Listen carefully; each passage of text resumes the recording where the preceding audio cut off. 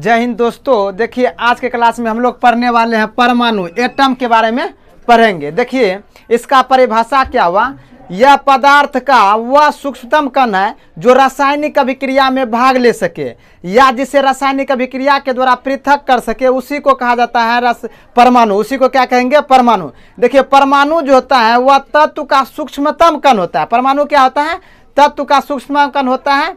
यह जो है ना विभाज्य होता है, यानी कि इसको हम बांट सकते हैं। जैसे देखिए यह मान चलिए एक परमाणु है, तो इसके अंदर जो रहता है ना नाभिक होता है। नाभिक में रहता है न्यूट्रॉन और प्रोटॉन, न्यूट्रॉन और प्रोटॉन। इसके बाहर जो होता है इलेक्ट्रॉन चक्कर लगाता है। इलेक्ट्रॉन क्या करता है? चक्कर लगाता है।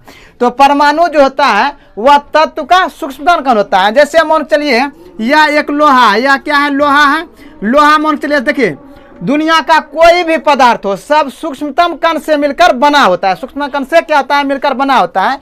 यह मान चलिए लोहा है, तो लोहा भी सूक्ष्मतम कण से बना होगा। यही जो एगो कण है वही है परमाणु। वही क्या है? परमाणु। उसी को हम बोलेंगे परमाणु। परमाणु के नाभिक में होता है न्यूट्रॉन और प्रोटॉन, जबकि इलेक्ट्रॉन इसके ऊपर चक्कर लगाता है। इलेक्ट्रॉन क्या होता है? चक्कर लगाता है।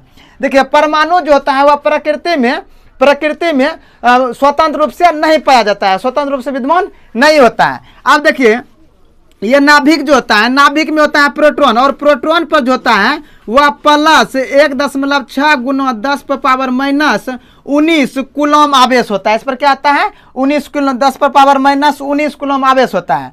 जबकि इलेक्ट्रॉन पर होता है -1.6 गुना 10⁻⁻19 कूलम आवेश होता है इस पर। देखिए यही याद रखने का बात है। जबकि न्यूट्रॉन होता है वह होता है उदासीन, इस पर कोई चार्ज नहीं होता है। प्रोटॉन पर होता है प्लस चार्ज, इस पर जो आवेश होगा वह होगा 1.6 गुना 10⁻⁻19 कूलम आवेश। जबकि इलेक्ट्रॉन पर होता है -1.6 गुना 10⁻⁻19 कूलम आवेश। देखिए परमाणु जो होता है वह किससे बना होता है? देखिए प्रोटॉन, न्यूट्रॉन और इलेक्ट्रॉन से बना होता है। प्रोटॉन, न्यूट्रॉन और इलेक्ट्रॉन से बना होता है। जबकि प्रोटॉन होता है धनावेशित और इलेक्ट्रॉन होता है ऋणावेशित।